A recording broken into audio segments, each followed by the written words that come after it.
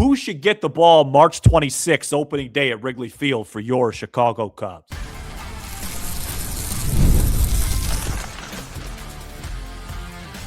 You are Locked On Cubs, your daily Chicago Cubs podcast, part of the Locked On Podcast Network, your team every day.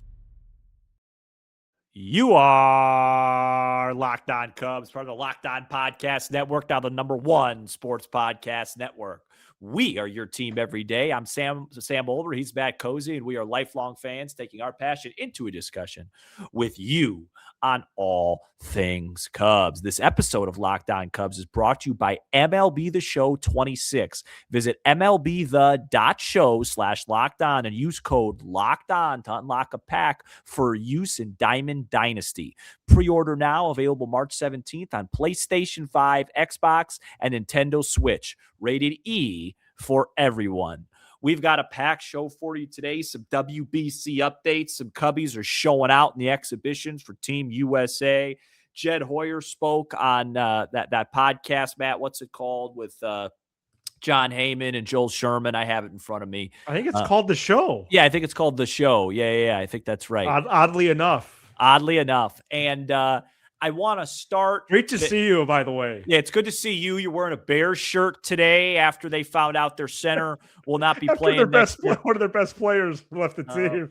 Go Hawkeyes against, I believe, Nebraska this weekend. They could really help out Illinois if they beat them. Oh, wow. I didn't know that.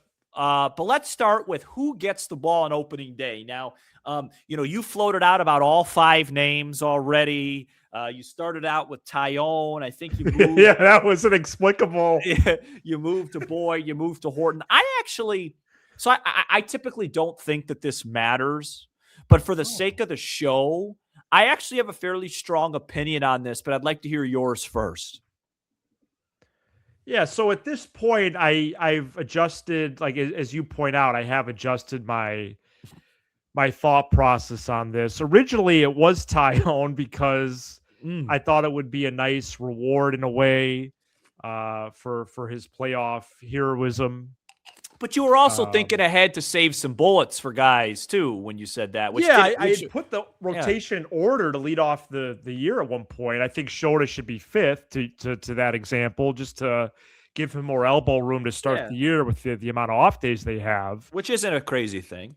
But I think it's got to be the runner-up to the rookie of the year. It's one of the best pitchers in the second half last year, and the dude that put up the 2.67 ERA in 23 games and is doing things for the first time since Wood Pryor, Big Z, and others at this scope of his career, and Cade Horton.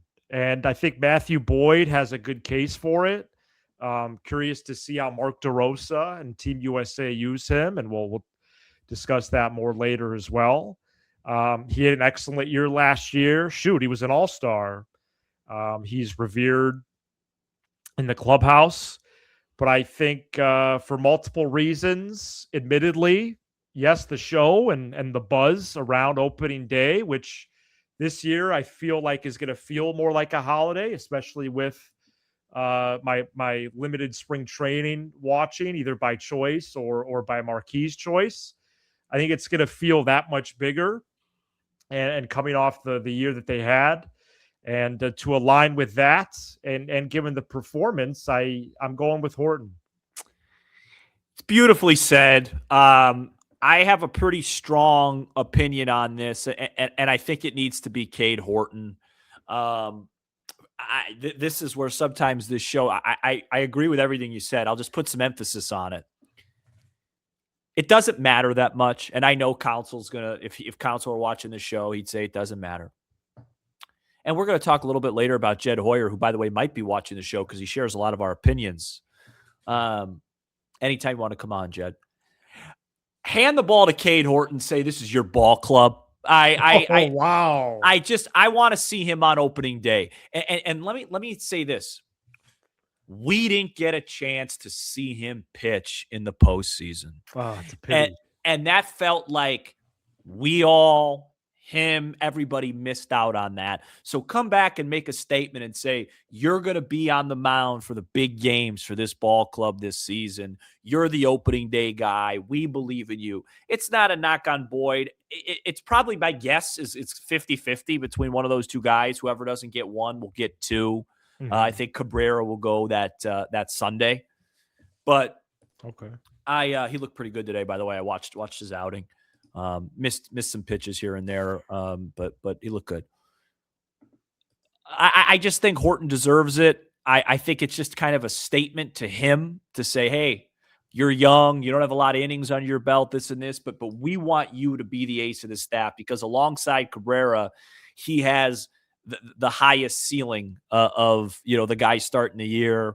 And I just think it should be him. And to be honest with you, this is just my opinion. It might sound a little wild. I'll be a little bit more excited for opening day if he's starting than I would with Boyd. It just adds a little layer to it. Like our young stud getting the ball, second in rookie of the year. I think he should have won it. And he's on the mound. We'll talk about it. It's a Thursday. It's a Thursday 1:20, right? Correct. Yeah. And they're playing a bad Thursday the 26th. And he should dominate in the snow. And I've been saying that for months. Yeah. And they should sweep the Nats, seriously. But it'll just be it just adds to the buzz. And again, not a knock on Boyd. I don't think there was anybody more team Boyd than me last year. I don't really think he cares particularly. I don't think any of these guys care. But it's just more of a, Cade Horton could be a Cub forever. He could be be a really special player. And how cool would it be to have him on the mound? Pete right behind him in center field. The future of the Cubs on opening day. I just think it should happen. Yeah, Ballesteros getting a opposite field double in the gap, his first AB, batting 1,000. He didn't look half bad behind the plate today. He looked pretty comfortable. Now, the Brewers ran all over him, but the Brewers run all over everybody. So you think he should catch more? No, I'm just pointing it out. And by the way, this will. I know you. This is going to get a reaction out of you. In the first 2 innings of the game, he had 3 successful challenges as catcher. That's a lot. Yeah, I told you you'd react to that. Wow. Yeah, it was actually like the first 1 1/3. Well, that's a good sign. Just his knowledge of the zone. Absolutely. And his own catching and framing technique. Absolutely. That's what I thought. Absolutely. But I think it's good. I think it's fun. Like this year, like buzzworthy. The whole theme of this year, and we're going to talk about this in a second with Jed, is this. There's a little go for it. Is what? This. Should we do it? This Casella is team. what? Is what? The theme is this. what? But this. no, yeah. All right, we could do better than that. Who's on first? Anyway, Boyd was 12-1 at Wrigley last year. Well, he'll be pitching at Wrigley on Saturday. It's not they don't they don't go back. It's not like an NBA. So Horton, back-to-back. Boyd, Cabrera, Tyone Shota. Yes, maybe Ray Shota. That's how I would go. That's how I would start. Yeah, or I'd probably go Shota, Tyone. What's interesting about that, though, but I know we're having fun as we always do. But that means Horton would also close the homestand. Yeah. In the 6th game of the year against the Angels. So I like that. And then Steele comes back later on. You skip Horton, or something. You'll get him every now and then. Yeah. What do you want him to throw this year? Like 140 innings? Is right around there? I need to think about that still, but it sounds like a good number to me. Yeah. The whole theme this year is let's go for it. And so why not start the year with your right. most intriguing guy on the mound? Why not start 5-1? Why not? Yeah, why not? Jed Hoyer had some interesting comments that I think you'll find I think you'll find noteworthy. Been using that word a lot. And we're going to talk about those coming up next. Today, I'm absolutely thrilled to be talking about MLB The Show 26, our great sponsor. The greatest game in baseball is back with its newest installment. Baseball fans are going to have a hard time pulling themselves away from the game. Aaron Judge is on the cover of MLB The Show for a second time. and rightfully so, by the way. The Yankees star, Team USA, and the WBC. You can play as Aaron Judge and live out your dreams of being a player in career mode. You could play as the Cubs in franchise mode if you're a gamer, you're a baseball fan, or you just want to enjoy America's favorite pastime in a new, exciting way. You're going to love MLB The Show 26. Play as your favorite team and franchise players and see if you have what it takes to win your own World Series. Visit MLB.show/locked-on and use code locked-on to unlock a pack for use in Diamond Dynasty. Internet connection required. Pre-order now, available March 17th on PlayStation 5, Xbox Series S and X, and Nintendo Switch. Rated E for everyone. MLB The Show 26. This episode is brought to you by Gametime. MLB opening day is almost here. Just a couple of weeks away, and you could feel it. Fresh starts, big expectations, and that first crack of the bat. Whether it's a breakout rookie or a division race that goes down to the wire, there's nothing like being in the ballpark for it. The only problem, getting tickets can feel like a grind. Long queues, surprise fees, prices jumping at checkout. That's where there's Gametime. The Gametime app gives fans the advantage with constant innovation. It's how you unlock amazing tickets and experiences in just a few taps. It's simple to use. The Gametime guarantee means you get 100% authentic tickets delivered on time at the best price. And here's the best part. Fees are included in the price you see. What you see is what you pay, period. 2 taps and it's done. No stress, no hidden fees, just great seats and minutes. That's what makes it so easy to decide last minute to hit a game. I mean, I've told you guys this. If I do decide, maybe the weather's 65 degrees, Matt and I last second decide to head to Wrigley, you could bet that I'll be using Gametime. Take the guesswork out of buying MLB tickets with Gametime. Download the Gametime app, create an account, use code LOCKEDON for $20 off your first purchase. Terms apply. Again, create an account, redeem code LOCKEDON for $20 off. Download the Gametime app today.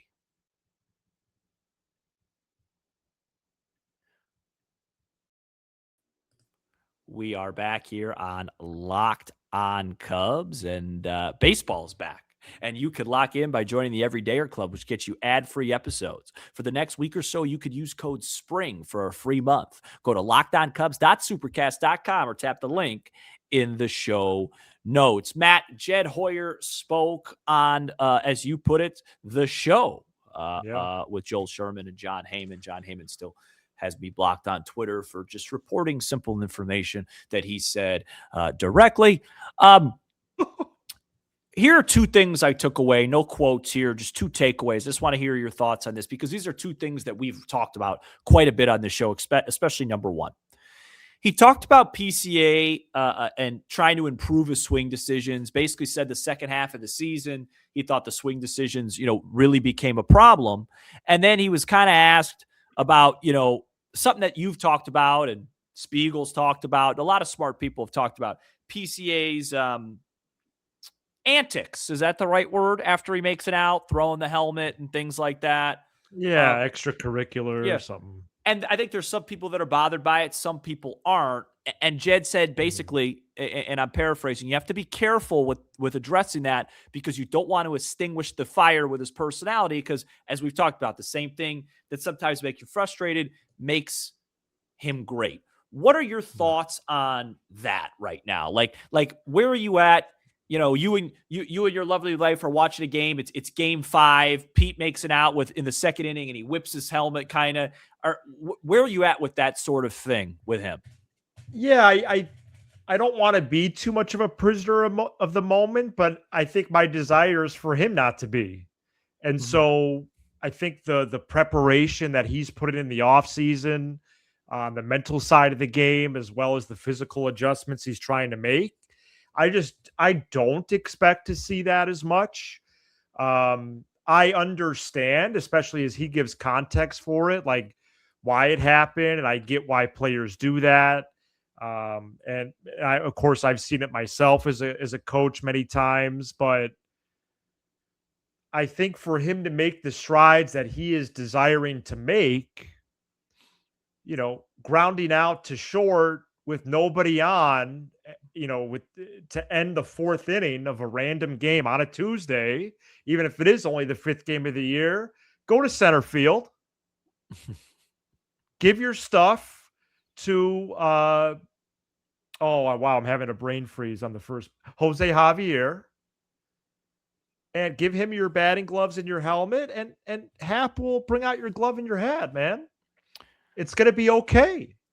And I think there's leverage moments that should bug a player, especially for a team that has expectations. But I think the subtler moments, I think I would expect for him to cut that out. I would go as far as to say he may need to. And I think for him to simplify what's complex about this game sometimes, not only is the physical adjustments needed to be made, especially the swing decisions, but a little bit on the mental side as well, especially in response to making outs would be the big one.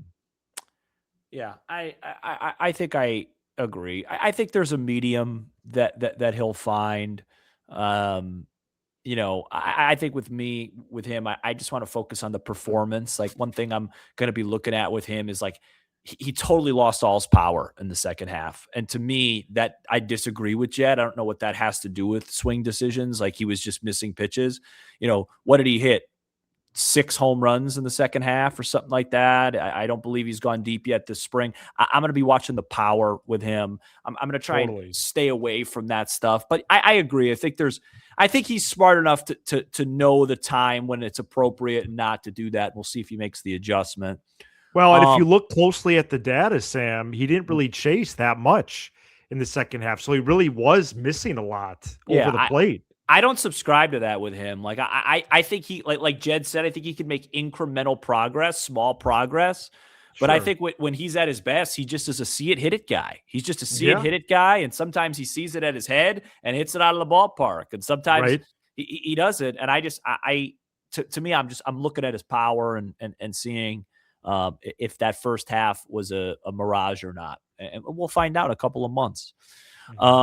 Jed also talked about the CBA, the looming CBA. He didn't really admit anything, but kind of insinuated that the expiring deals at the exact same time the CBA's looming is not a coincidence, and maybe that they plan for it. And then that coincided with Ian Happ a couple of days ago, talking with Bruce, basically kind of saying, hey, I'd love to be back here, but if I'm not, I'm not. I think out of the three guys, the three main offensive guys, Nico, Seiya, and Hap, that are am I forgetting somebody offensively? No, that's no. Out of those three guys, I do feel like it's almost a foregone conclusion Ian Happ will not be back. Is that crazy? No. Yeah. No, I think his time is at that point in his career, the time has come. 10 years in, it was a good run, but I think they're gonna go the other direction eventually. Because I think it's very hard to imagine losing Seiya and Hap, and Seiya just provides you with more offensively. I know you have all the Gold Gloves, but it's left field. Nico's a different ball game. We haven't even done a season preview with Hap, and I don't know. I just think he's kind of going under the radar with even that comment. And I actually think that that's what's best for Ian. I think Ian is at his best when he's under the radar. I was doing my lineup yesterday for the show, and I just didn't even put him lead off, even though it probably makes the most sense for his. He shouldn't bat lead off this year. Yeah, let him fly under the radar a little bit and see what happens. But it does feel like that 10-year, literally, I think it's 10 years, could be coming to an end, Matthew. Yeah, and I am starting to see a reality without saying Hap. I know it's difficult to, but I could see left to right, Shaw, Pete, and a trade or free agent acquisition. I could. And you're talking about the start of the 28 season? 27. I don't know if that's going to happen, lockout wise, making a joke. Oh, gotcha. Yeah. No, I mean, it's gonna be crazy when that happens because if they do figure it out, it might be like the NBA or the NFL then, where all the signings start to happen at once because they don't have a lot of time after they figure it out. But a couple of guys that are going to be with the Cubs, whether it's a season or not in 27, are Alex Bregman and PCA. We talk about their performances coming up next. This episode is brought to you by TurboTax. It's tax time, but for a lot of us, the old way of doing taxes is a lot. Trying to book an appointment that's not the most convenient, sitting in a waiting room with stacks of papers, emailing back and forth, and wondering if they really get your situation. But this year, you're getting a major upgrade. Intuit TurboTax now has in-person locations nationwide. You can meet face-to-face with a real tax expert, and your documents get uploaded straight to your TurboTax app on the spot. And just like that, you're done. Your TurboTax expert works to get you every dollar you deserve while you get real-time notifications as you go about your day. It's the relief of walking in and meeting a real person and walking out knowing your taxes are being handled the right way. Head to turbotax.com/local to find a store near you and book your appointment with TurboTax today. This episode is brought to you by FanDuel. College basketball is nonstop. Big games, tight spreads, momentum swings every single night, from early tip-offs to late-night West Coast shootouts. We had an upset. UCLA beat Nebraska last night. There's always action on the board, and now FanDuel is giving you a way to turn that energy into even bigger potential wins with a college basketball parlay profit boost. Actually, wasn't an upset. UCLA was favored on FanDuel by 1.5. The Fighting Illini right now are trying to hang on to that 2 seed. They're going to have to beat Maryland. They should open up on the road in Maryland as double-digit favorites. It's a bad Maryland team. The Iowa Hawkeyes right now still safely in the tournament. Probably around a 9-ish seed. They could help themselves with 1 or 2 more wins before Selection Sunday, so they don't have to sweat that out. On FanDuel, you could probably get the Illini if you really like them at like 20-1 to win the title. Probably not going to happen. Go safe, go bold, ride with the team you've been following all season. It's your parlay, your style now with more upside behind it. Head to FanDuel.com to get started. That's FanDuel.com. FanDuel, play your game.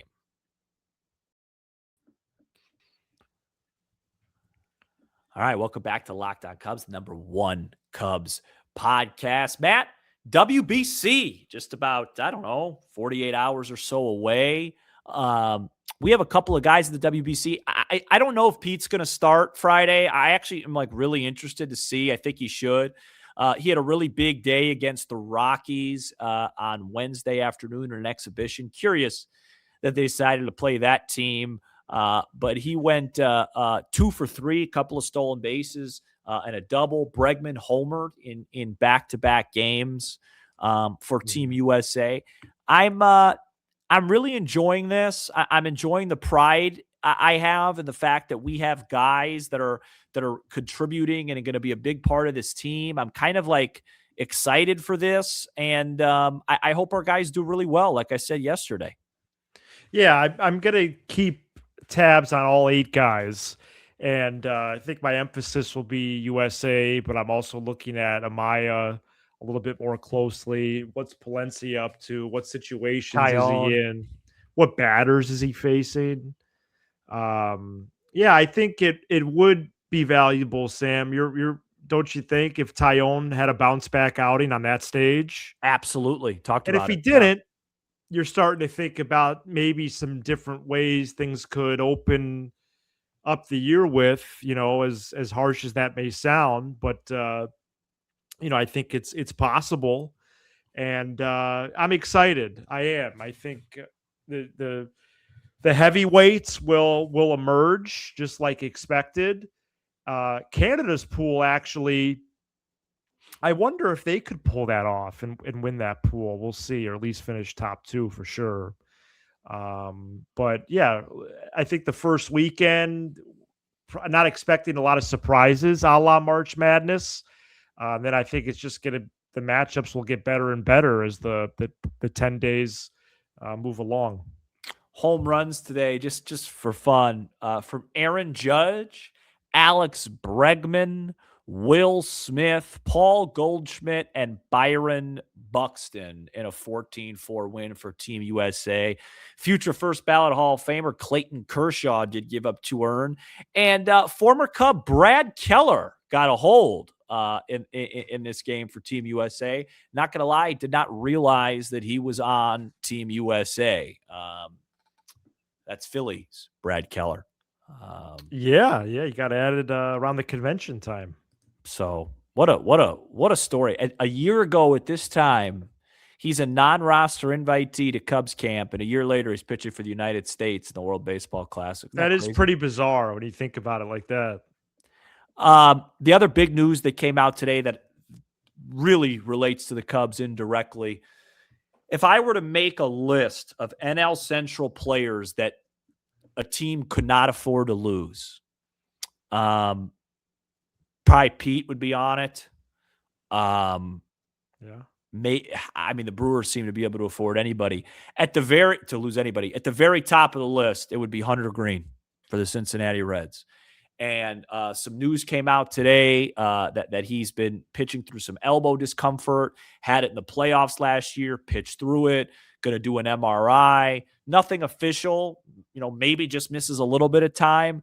But, Matt, when you hear elbow discomfort for a young flame-throwing pitcher at this time of year, that is about the worst thing that you could hear. Yeah, that's a big loss. Hunter Green is one of the top 100 players in baseball. He would have a case to be the number one. He's number 2 because Paul Skeens is in the division, but I would say clear number 2. Skeens would be on number 1 on that list. I forgot about that. Yeah, clear number 2 in the division. And the Reds' strength is their pitching. And so as they wait for their offense to catch up with the other side of the ball, to lose the guy that leads that charge in a year that a year after they just snuck into the playoffs and have the expectation to make a playoff run again, it's major. And quite frankly, it's hard to see them recovering from that if Green's timeline ends up being a lengthy one. Last 2 years, in 24 through 150 innings, 2.75 ERA, 6.2 WAR. Last year, in just 107 innings, he had 4.5 WAR, a 2.76 ERA, struck out 132 guys, and when he did pitch, was as good as any in baseball. I agree. If this is the worst case scenario, which obviously nobody wants to see, we want the best guys to be out there. I would go as far as to say, anything could happen in baseball. The Reds, to me, really become a non-contender in the division without him. I know they have some really good pitchers, Abbott, Lodolo, to replace him. They added Suarez, but when you take a guy out like that, not having to face him, I just think that would be just a irreplaceable loss and really would change how the Central looks. And if I were the Pirates, I'd be looking up like, well, we can catch them. We can absolutely 100%, and a lot of systems like the Pirates anyway, and so that would be a clear calling for them to make their run, to take this next step and maybe even challenge the Brewers for second. Yeah, right now it's on FanDuel. It's close between the Pirates and Reds. Reds are 6-1. Reds are 5-1. Pirates are 6-1. Okay. And then the Cubs are plus 110 as a favorite, and the Brewers are plus 230. I would love by opening day to see the Cubs in that minus range, but there's just there's too much respect that needs to be given out to the Brewers. I still can't believe they're over under. So, anything else? Anything you want to add? Big stuff coming, Matt. We're a couple of weeks away. Selection Sunday's coming up. We're only 3 weeks from opening day, and then 3 weeks away from Cubs Nationals. Do we have any idea who's going to start for the Nats? Yeah, it's one of their young righties that's highly thought of. That would be my prediction. That's not an official. Cade is alliteration. Cade's last name with a C. I don't know. My Nationals trivia is not great. It would have been Mackenzie Gore. I don't know the pronunciation, but Cade Cavalli. Got it. I think he was their first round pick a few years ago. I expect him to start opening day. I'm glad they traded Gore, because if he started opening day, everyone would freak out and be like, "What's this lineup?" Because it'd be a lefty lineup, right? And it'd be a whole weird thing. Like, it's gonna be a righty, yeah. Kind of like when Zagunis started opening day in 2019. That I've learned. Well, what's really exciting is there's an outside shot. The Cubs, one of their first 3 games, faced Miles Michaelis, who they've absolutely crushed the last 17 years. Wow, I did not realize that. I mean, can you imagine if they face him after having won the first 2 games? They already won the series. They roll up on Sunday. It's 40 degrees, real feel of like 31, and they just hit like 5 jacks of Michaelis, 3-0. Thank you for making Locked On Cubs your first listen of the day. For those of you on video, we send you the 24/7 national Locked On Podcast Network YouTube channel. On audio, make sure your second listen is Locked On MLB. Solely is the best. We will see you, as Joe Buck would say, we will see you tomorrow night. Except it'll be in the morning.